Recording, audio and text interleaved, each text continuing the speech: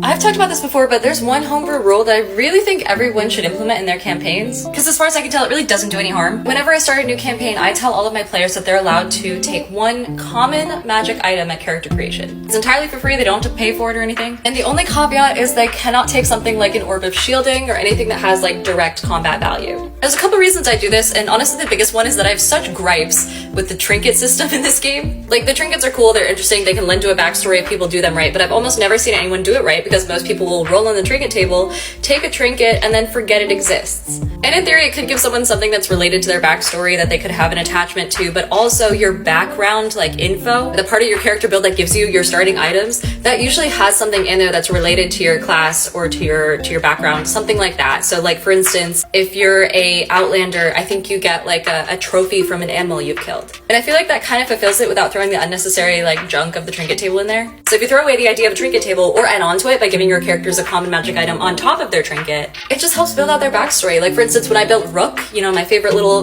guy, I talked about him in a couple of previous videos. He was a bard, and his most prized possession was a lyre of illusions that he had. I've built professors who have like infinite coffee pots. I once built a character who was just like a tourist. She just collected things from all the different places she went to in her travels. And she had a staff of adornment that she used to hold like all these little rocks and random things that she would find around the world, and they just like floated around her staff. It gives players a taste of power from magic items without actually making it OP or anything. It's cosmetic, it's fun, and it helps them start building out their character's theme. So I don't know. I always do it. I recommend everyone else do it too, but let me know what you guys think.